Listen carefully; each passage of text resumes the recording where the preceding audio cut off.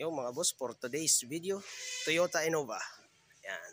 Kakabitan ko siya ng power window. Universal power window, 4-door. Yan. So check muna natin yung stock niya. Manual riser yan. Kaya lang, mga umuuga yung mechanism niya eh. Okay? Ayan, okay. Kita nyo naman. Umuuga. Tapos ay medyo maganit yung kanyang pagtaas. Yan. Check naman natin dito sa likuran. Siyempre bago natin kalasin yan, checkin ko muna yan lahat. Okay, gumagana naman yung manual. Kaya lang may kaganitan talaga. Medyo maganit. At kita nyo naman, rugado na yung kanyang riser. Tapos check natin doon sa kabila. Dito naman, kung mapansin nyo, wala yung riser niya. Na ito yung riser niya. Pero yung mechanism niya, duda ko wala eh. Kasi wala naman yung nakausli dito eh. Pero titingnan ko na rin, babaklasin ko na rin yan. Dito naman sa kanan, sa unahan. Ito malambot-lambot. Ikutin. Pero may play pa din yung kanyang riser. Okay. Tapos dito nga pala, ay anuhin na rin namin yung niya. Ito kasi kinabitan ko ng alarm eh. Nung nakaraan. Ay napansin ko, check natin doon sa kabila. Napansin ko dito, yung mga wire nung central lockings niya, nagagapok na. Ayan, may mga inilinya na silang bukod. May linya na silang bukod, kaya ang plano namin, ang gagawin namin, i-auto wire na yan. Dahil maglilinya ako nung wire ng power window, isasabay na namin yan. I-auto wire na namin yan. Kasi ang gulo ng wire dito eh. Pakita ko sa inyo. Ayan. Ipaniliwanag ko na rin naman ito kay bossing customer na pagka kakabitan na namin ng power window, ayusin na namin yan. Ayan oh. May mga jumper wire na dito. Hindi na ganun kaayos. Pero literal naman talaga. Hindi maayos. Ayan. Ito ini-align ko na lang ng ayos yan nung nagkabit ako ng alarm. Ayan. Yun. Okay. Check na muna natin yung ikakabit ko. At ito naman yung power window. Yan. Okay, yan na yung brand ng power window. So dito, 4 na power window motor. Yan yung kasama niya. Siyempre, 4-door yan eh. Tapos ito yung mga bracket, tornilyo ng bawat motor. Siyempre, manual. Mga adapter socket ng riser. Yan. Tapos ito yung mga pang cover. Yan. Tapos ito na yung switch. Yan. Meron siyang kasama nung pinakang frame. Yan. Siguro hindi ko na ilalagay dito. Kasi pag dito, yung 2-door lang nilalagay ko dito eh. Pero bagay 4-door na, dito ko na ilalagay yan. Okay? Kasi wala namang, hindi nakakasya dito ang 4 eh. Okay? Dito ko na ilalagay yan. So, yun. Lahat ng switch, dito ko na ilalagay. Ilalagay ko sa cover. Okay, babaklasin ko na muna to. Ito yung mga piyesa niya. Okay.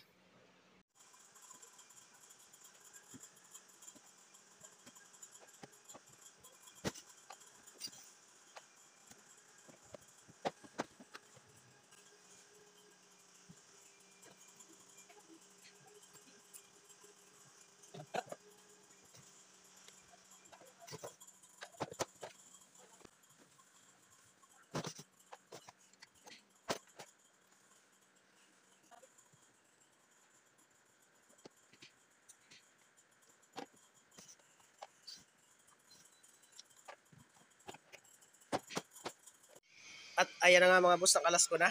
Papakita ko lang sa inyo yung sistema ng datihan niyang wire doon sa central locking. Ito palang datihan niya, single wire. Kaya pala kahit i-manual dito, hindi siya sasama. Ang lang niya, ang setup lang niya dito, may switch. Ayan o. Unlock, lock, unlock. Okay, kaya pala single wire ang kinabit. dapat yan main wire, yung 5 ang wire. So dito, merong wire siya na pang telepono ata to, OTP wire eh. Hindi ako nagkakamali. Ayan, yung mga yan. Yan yung itsura niya. Tapos meron panlabas dito na wire.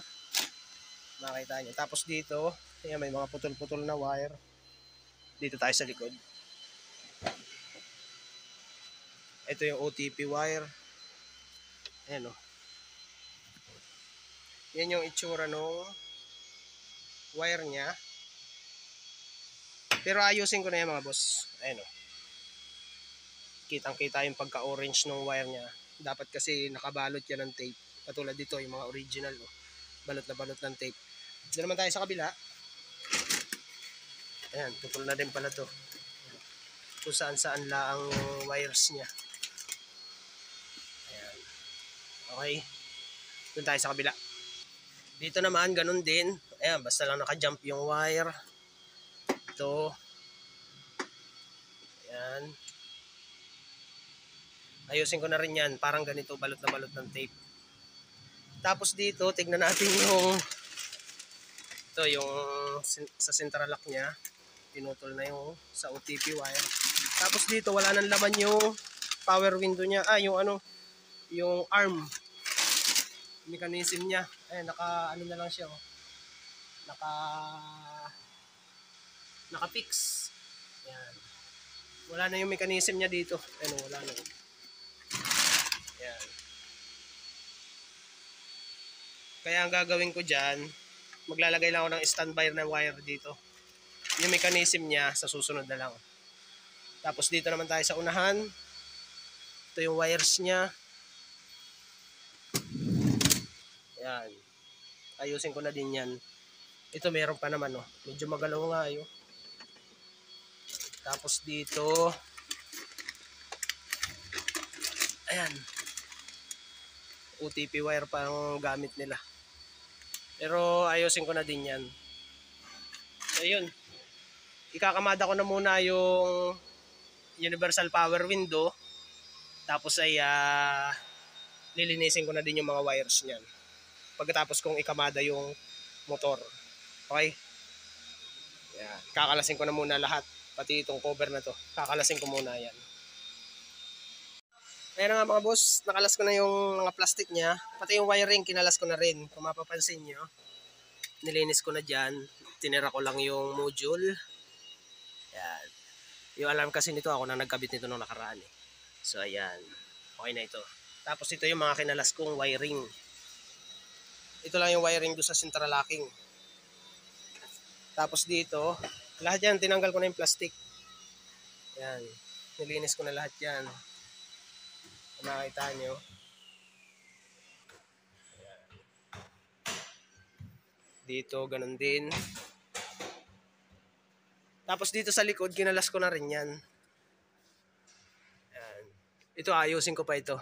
Yung mga central lock niya, okay pa naman eh. Mapera lang doon sa main actuator, single ang nilagay nila. Tatanungin ko pa kung okay lang sa kanila na gawin kong main actuator yun, yung 5 wire. Tapos yan, may tinap sila dito. Ganoon na rin ang gagawin ko dyan. Dito na lang din ako pagdudugtong. Ito yung kasunod kasi niyan eh. Yung kabilang dulo niya. Tapos yun, dito naman tayo sa kabila. Ito nakakatuwa, dito wala yung ano, yung mechanism niya. Oh. Pero tinanggal ko na rin yung plastic niya kasi ayusin ko na rin yung ano niya, yung central lock niya. Okay naman lahat yung central lock niya. Wirings lang talaga. Tapos ikakamada ko na rin dito yung ano, yung para dito sa rear right side na power window motor. Lalagay ko na rin yung switch. So kung kailan sila magkaroon ng mechanism nun, edi saka ako ikakabit yung motor niya. Yan. Dito naman sa unahan, yan. Ganun din, tinanggal ko rin yung mga datihan niyang wirings ng central lock. Ngayon, ikakamada ko na yung ano, yung pinakang motor. Ayan, nilinis ko na rin dito yan. Okay, so yun. Kakabit ko na muna yung mga motor. At ngayon nga mga boss, ikakabit ko na muna yung right side. Ayan, babaguhin ko ang setup nito. Di gaya doon sa mga una kong ginawang video. Ito kasi, ang mangyayari dito sa Innova, pagka sinunod natin yung setup, ganyan yan, nakabaluktot. Okay? Pero mas priority ko kasi yung hindi mahihirapan ng tawag dito, ang motor. Mas gusto ko kasi yung tuwid yung cable niya. Okay? So ngayon, ang plano ko pag ganito ang pwesto. Yan. Yan ang plano ko. Para tuwid yung cable niya, hindi mahirapan yung motor at hindi agad maputol yung pinakang cable niya. Doon sa una kong mga gawa, medyo naka-bend siya eh. Pero hindi ganun ka baluktot. Pero dito, ang gagawin ko, yung diretsong ano na, diretsong cable. Parang doon sa kinabitan ko ng Hilux na two-door. Yung Hilux na two-door kasi malapad yung pinto. So unat na unat yung aking kinabit na power window motor. So yun, talagang quality ang pagkakagawa. Nung minsang pumunta dito ay tinanong ko ay goods na goods pa rin daw. Wala pa siyang nararamdaman. So dito, ang gagawin ko dyan, ito yung mga bracket niya. Lalagyan ko siya ng papunta dito. Tapos papunta dito. Yan, yung bracket na yan. Tapos dito, magkabilang dulo din. Yan, ganyan. Pero dito magbebend ako kasi nasa loob yung yung pinakang motor. Hindi siya nakalabas dito. Yan, ganyan ang gagawin ko. Yan, ganyan muna ang setup. Tapos dito, ang ginawa ko dito, kinuha ko yung pinakang lock niya. Yan yung parang ring. Yan. Yan yung lock niya dito. Tapos dito, yung adapter, ang ginamit ko dyan ay yung pinakamaliit, pangalawa. Doon sa pinakamaliit. Diba? Yung pinakamanipis. Yan yung pangalawa. Yan. Tapos, yung adapter naman niya, ito, para dito, number 8. Kita ba dito? Ayun, number 8 to. Yan, number 8. Okay? So yan, sakto yan. Lahat ng ganito niya, yung pinakang manual riser niya, number 8 yung adapter niya dito. Tapos ito, yung pangalawa sa pinakamanipis. Wala siyang number eh. Yan, basta yun, nakikita nyo naman. Tapos ilagay nyo yung ring dito. Pag naisalpak nyo na, doon sa kabila, ilagay nyo yung pinakang lock. Yan yung lock niya para hindi siya maitulak palabas. Yan. So ayun, isa-set up ko na muna ito dito. Dito sa right side. Okay? Yan. Ito yung kakabit kong power window. Okay? Start na tayo.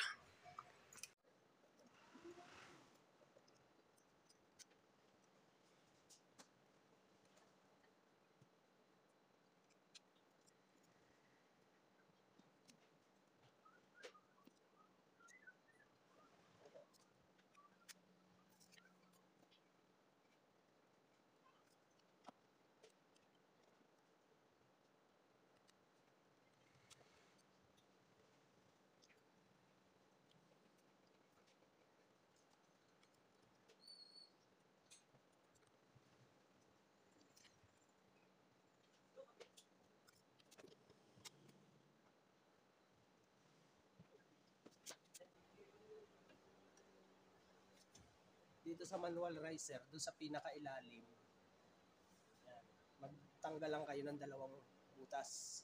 Yan. Putulin nyo yan.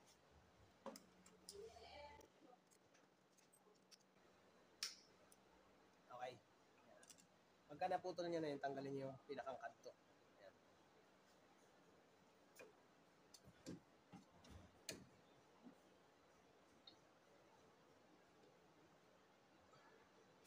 Tapos dito, magbe-bend tayo dito.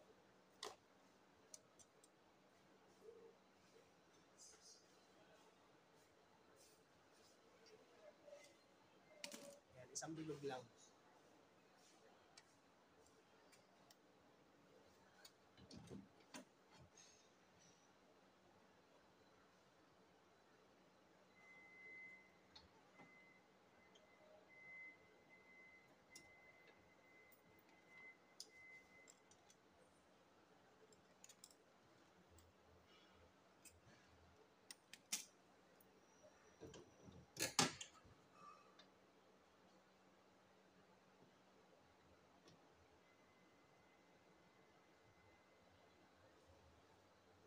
Tapos dito sa motor, magbe-bend din tayo dito.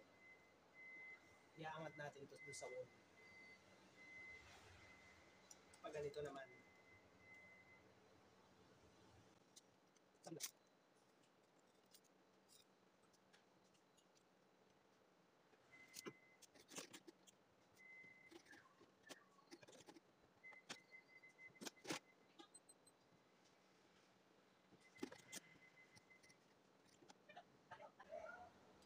Tapos dito bukasan nyo ng isang dulo.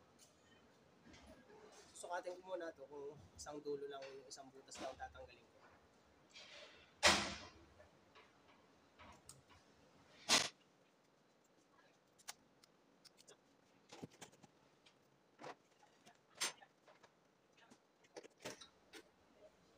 Gawin nyo ng dalawa. Tanggalin pa natin yung isa.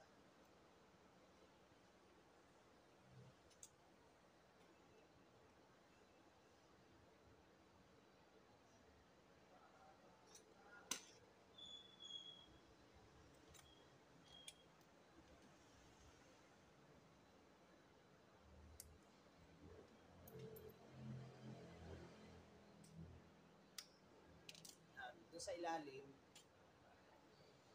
dalawang butas.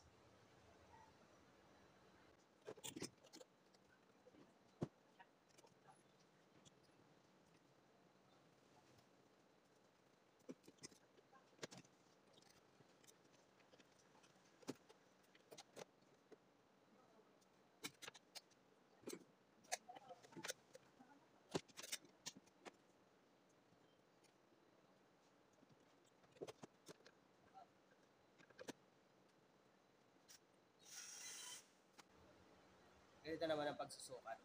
Kailangan, kapag nakuha nyo na yung mga bracket nyo, ayan, sasalpak nyo na muna yung bracket. Tapos, saka nyo siya i-fix.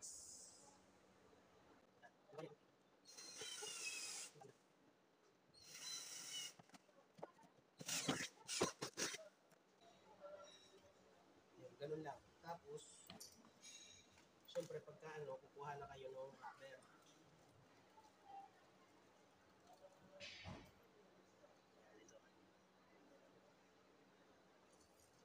Ilalagay nyo na yun dito sa bracket.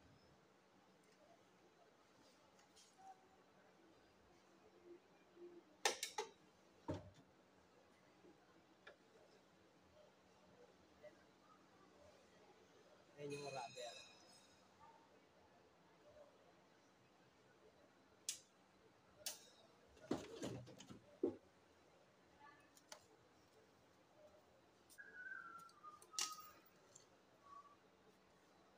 Tapos yan, kailangan nyo ng rivet. Ayan. Okay. Tapos washer. Itong washer na to para doon sa likod.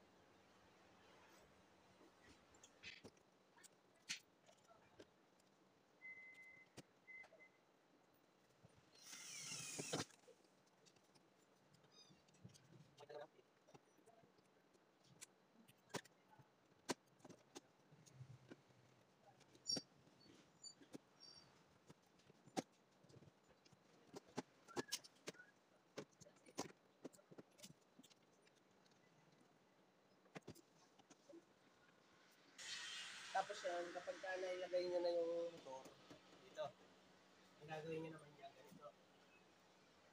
Kailangan nyo sukatin. Yan, yung pinaka baba nung salamin. Makita nyo yan.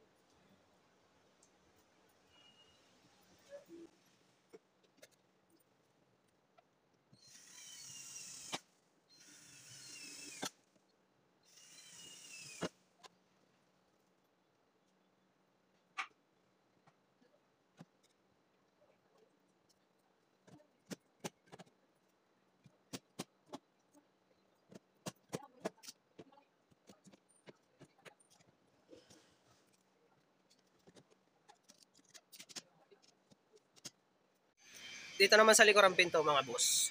Ganito naman ang gagawin ko dyan.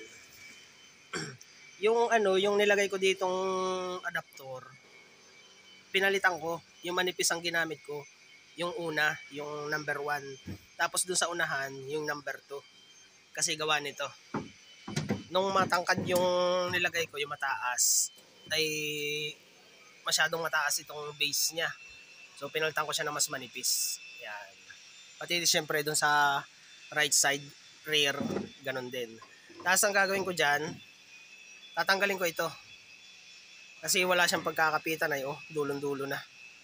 Ang gagawin ko na lang dyan, magkabilang gilid. Ito ililipat ko dito. Tapos magdadagdag pa ako ng isa para dito sa kabila. Yan. Tapos dito, same lang din. Magkabilang dulo pa rin siya. Lalagyan ko pa rin yan. Tapos dito.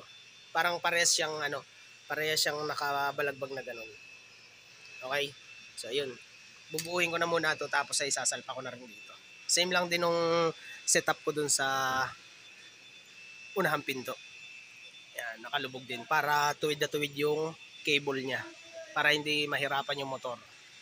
Okay? Lalo na't medyo magaganit na yung mga assembly niya. So, yun.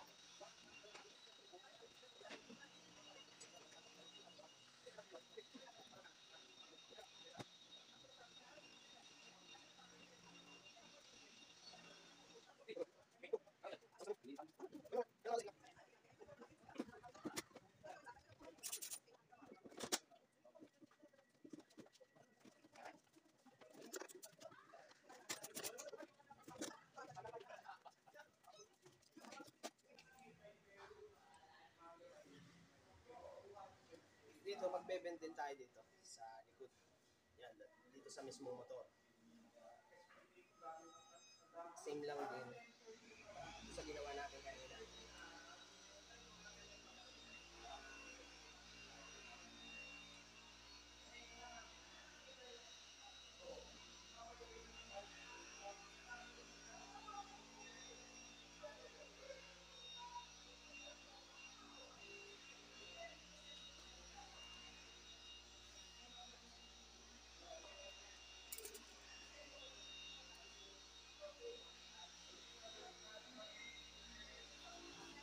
Isang bilog lang din.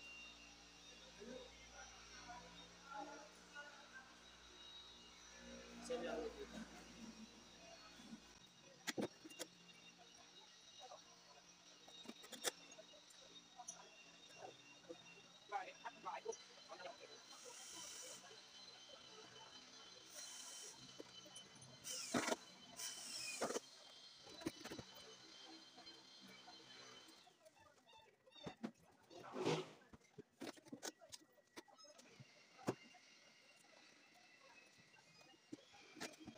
Kung makikita nyo dito, yan, yung sukat ko, mula doon sa unang bilog, pangalawa. Dito, ganun din. Wala na akong pinutol dito. Nag-bend lang ako. Yan. Mula doon sa unang bilog, pangalawa. Dito na ako naglagay ng spacer. Unang bilog, pangalawa. Yan. Okay? Tapos dito, nakita nyo naman kung paano ko sinukat. Ganyan lang. Kailangan yung tama dito. Saka kayo. Ganyan. Saka yung sukin ng drill. Tapos doon, pwede nyo lang i-fix. Yung ribbon.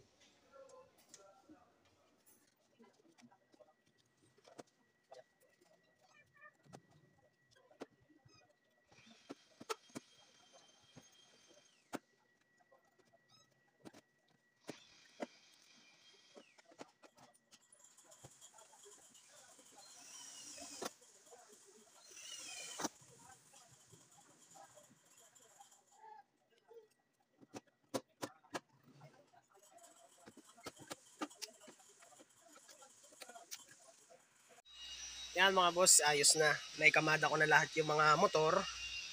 Maliban lang pala doon sa isang walang assembly. Tatlo lang yung naikamada ko dito. Yan. So dito sa unahan, sa kaliwa, yan ang itsura niya. Yung spacer na green. Yellow green ba yan? Tama. Ganyan ang ginawa ko. Nakabend yan ng ganon. Binawasan ko ng isang dulo. Tapos ito din, binawasan ko din ng isang dulo yan. Yung isang butas lang. Ay, ilan ba yan? 1, 2, 3, 4, 5, 6. 1, 2, 3, 4, 5, 6, 7. O, tig-isa nga. Yan. Tapos dito, yan, ganyan ang itsura niyan. Pakita ko sa inyo. Yan. Ganyan ang itsura niyan mga boss. Tapos yan, hanggang dito lang yung ano yan, yung sakto-sakto lang dito yung ano, yung salamin, kung makikita nyo. Check natin dito sa likod. Yan, ganito din. Yung manipis lang na adapter ang ginamit ko dyan. Yan. Okay. Tapos dito, ganun din. Kung makita nyo. Nakabend din yan. Okay. Check natin doon sa kabila. Dito naman sa front kanan. Yan. Yung matangkad na adapter ang ginamit ko dyan. Yan. Ganyan din ang ginamit. Tapos dito syempre. Yan. Ganyan yung tsura niyan. Okay.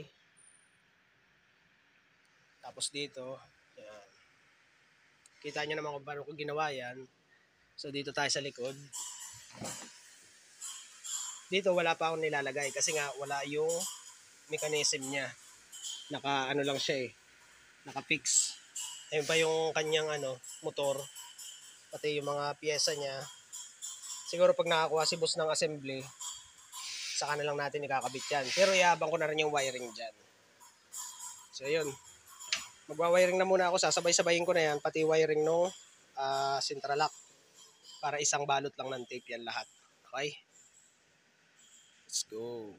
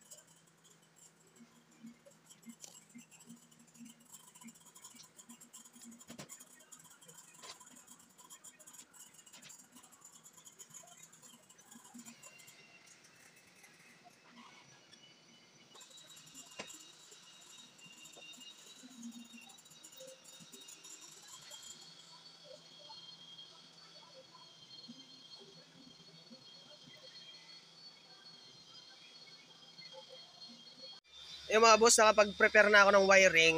Itong lima na tong wiring na to, yan, 5 wire na ito. Tigda 2 metro yan na 5 piraso.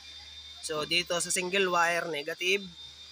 Itong may balot na wire, na labas yung wire pa. Yan, ganyan lang balot. Ito yung sa white at brown. So ito sa white, at itong may balot na tape, brown. Ito naman, itong diretsong balot, ito yung sa blue at green. So yung blue, yung may balot na itim, at yung green para dito sa walang balot na itim. Yan, same lang yan dito sa kabilang dulo. Yan. Okay. Tapos dito yung wiring ng ano ng power window, yung apatan. Ito, puputulin ko yan mamaya. Irerekta ko ito sa battery. Magre-relay ako diyan. Tapos yung dulo niya, binalutan ko muna. At papasok ko yun doon sa rubber. Okay? So ngayon, prepare ko na lang lahat yan. Ipapasok ko na muna lahat. Papakita ko na lang sa inyo mamaya. Okay?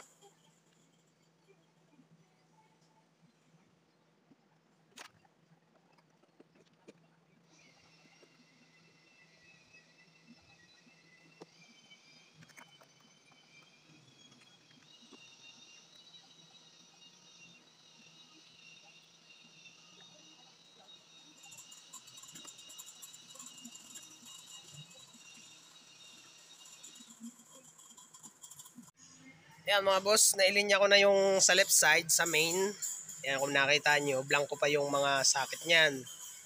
Itatama ko lang yan dun sa socket ng mga switch. May ano kasi ito may connector socket ito So ipa-plug ko na lang yan dun. Kulay-kulay lang yan. Makikita nyo naman yun, mamaya ipapakita ko. Tapos dito yung sa central lock niya. So dahil dito ay single actuator siya, blue and green. Yan blue and green na yan, para dito yan. Yan. Ito isa para sa blue.